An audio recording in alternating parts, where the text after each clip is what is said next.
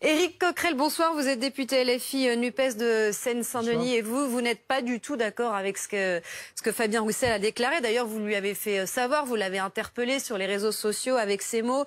Je veux mettre fin à un système qui nourrit le chômage par les allocations chômage et par le RSA. Mais ne vois-tu pas que tu justifies la réforme de l'allocation chômage de Macron qui s'appuierait sur la même logique? Éric Coquerel, qu'est-ce qui vous dérange dans ces propos de Fabien Roussel? Le raisonnement ou les termes employés?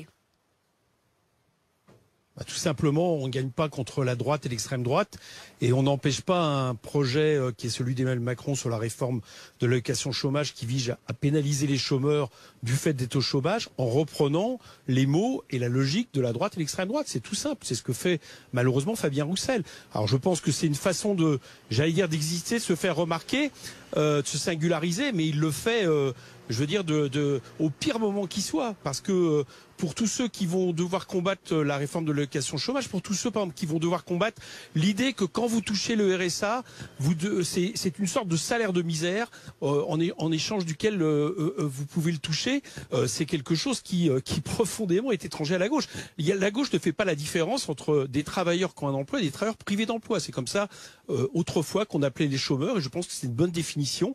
Donc il faut à la fois, mais ça notre programme de la NUPES le fait, donc je ne vois pas le débat qu'il entame là-dessus, on favorise le partage du travail, le plein emploi, la retraite à 60 ans, le SMIC à 1500 €, l'augmentation des salaires, mais en même temps, il faut faire en sorte que les gens qui sont privés d'emploi aient le droit à une protection sociale.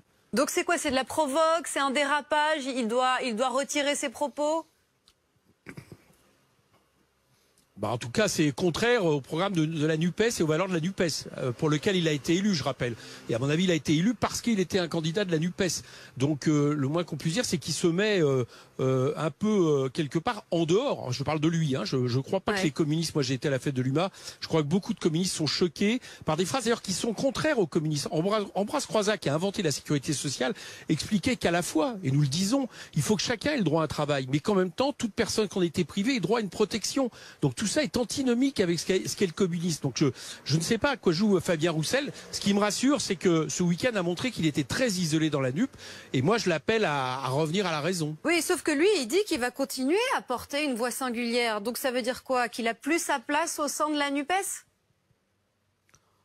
Écoutez, si porter une voix singulière à gauche et porter la voix de la droite, voire le discours d'extrême droite, il y a quand même un problème à un moment donné. Enfin, je veux dire, et moi je crois même que tous ceux, encore une fois, qui vont lutter et qui touchent le RSA, enfin qui touchent 500 €, je vous rappelle qu'un tiers des gens qui ont le droit au RSA ne le touchent pas dans ce pays. Je vous rappelle que la moitié des gens qui sont inscrits à Pôle emploi ne sont pas indemnisés. Et à tous ces gens-là, on envoie un message simple qui est l'idée que c'est l'allocation chômage et le RSA qui légitiment le chômage. Enfin, moi, je veux bien débattre avec quelqu'un de droite qui me sort ce genre d'ineptie, parce que on sait que c'est leur argument, c'est celui de Macron, c'est celui de Monsieur Dussopt, qui pense que si on abaisse les allocations chômage, les gens vont aller retravailler comme si il y avait suffisamment d'emplois dans un pays où il y a 6 millions de chômeurs. Mais on peut pas l'attendre en plus du secrétaire national d'un parti communiste qui a été longtemps à la pointe de ce combat et qui l'est toujours d'ailleurs par beaucoup de ses militants.